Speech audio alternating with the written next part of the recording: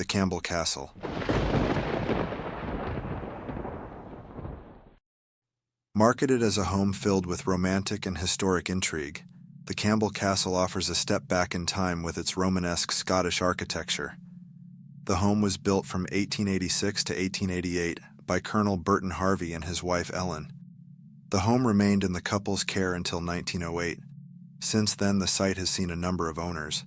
The current residents ran the house as a bed and breakfast for many years before closing down and putting it on the market in 2013. Rumors of many ghosts haunt the Campbell Castle's grounds, thanks to the parts which were salvaged from actual European castles. Supposedly, the ghosts came over with the other castle's segments. Get your hands on it, and the ghosts, for just $3 million. The charming Forge Mansion. This historic mansion has a long history of paranormal activity. The best-known tale associated with the property concerns the tragic death of a young man whose name has now been lost to time. So the story goes, the man was traveling by horseback to reunite with his lover who lived at the mansion. As he approached, the rider spied his sweetheart in the window. In a moment of excitement, he stood up in his stirrups. The sudden action spooked the animal, and it reared up and threw the man to his death right there on the mansion steps. One grisly twist suggests he became tangled in the reins as he fell, severing his own head. The ghost of the deceased lurks around the property, while the ghost of his heartbroken troth can be spotted in an upstairs window. You can live in the charming Forgeman for under $1 million. The Schweppe Mansion. This massive storybook home sits just off the coast of Lake Michigan. It was originally built in 1917 for newlyweds Laura and Charles Schweppe. However, their marriage came to a tragic end 20 years later, when Laura died of a heart attack. Reportedly, she left a mere fraction of her family fortune to her husband, bequeathing the lion's share to her children. 4 years after burying his wife, Charles committed suicide, leaving behind a bizarre note. The note was, "I've been awake all night, it's terrible." To this day, the true reason for his death still baffles, but many people familiar with the story believe that Charles wished to reunite with his beloved in the afterlife. Their cherished mansion became their ghostly stomping grounds. They reportedly hang around one of the mansion's many bedrooms. This mansion is currently available for an astonishing $9.5 million, though its sellers are still struggling to find a buyer. Villa Paula. Built in the 1920s, Villa Paula started its life as the Cuban consulate building. The consulate's wife, Paula, was the namesake of the villa. Unfortunately, Paula died just 6 years after the couple moved in, from complications after a leg amputation.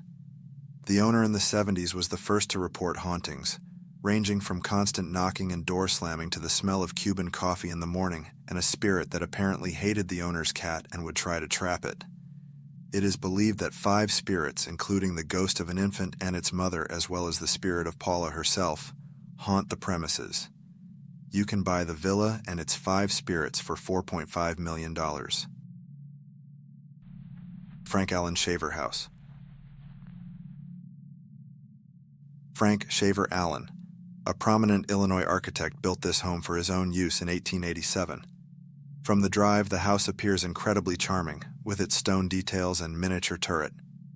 Unfortunately, owners in the 1970s and 80s reported some truly horrifying paranormal activity in the house, including the spirit of an old woman, a nanny, and a mischievous child who just wants to play. You've seen The Shining. It's hard to imagine that this was a benign request. If you're looking for your own Romanesque, ghost-infested home, this one's a steal at $80,000. The Pillars Estate. This estate is a step back in time. The home was built during the Civil War and comes complete with the ghosts of the era. There isn't just one ghost which hangs around these halls, but many from all walks of life. Engage in a game of hide-and-seek with the phantoms of children. Maybe you'll spot a woman in white gliding around the lot or encounter a phantom presence that likes to tickle the ivories in the home's parlor. The home is loaded with history, and it could be yours. Keep it up as the bed and breakfast space it currently functions as, or make it your own, and join the ranks of the home's more permanent residents. Hampton Lillibridge House. Don't let this next location's renovated modern front fool you. These halls have been the scene of several deaths, including at least one suicide. Just 3 previous owners have lived in the space since its renovation and relocation, and it's safe to say this is because it's, well, haunted. There is no single identified ghost tormenting these rooms, but many spirits have been felt around the home. To make the spot even creepier, construction workers uncovered an ancient crypt during the site's reconstruction. The crypt was empty, which begs us to ask the question, what was in it, and where is it now? The Dakota. Okay, so you can't buy the Dakota, but you can buy an apartment in the NYC landmark. On the outside, this towering apartment complex blends with the skyline of New York City's Upper West Side. On the inside, there's a different story. Not only is this a famed spot for tourists, it's the location of John Lennon's murder, whose ghost widow Yoko Ono has reportedly seen playing the piano. But it's also the home of the crying lady ghost. Lennon reported the spirit haunting him during the years he lived in the building. Soon you'll be not only living with a wailing woman, but maybe even the walrus himself. Or was the walrus Paul?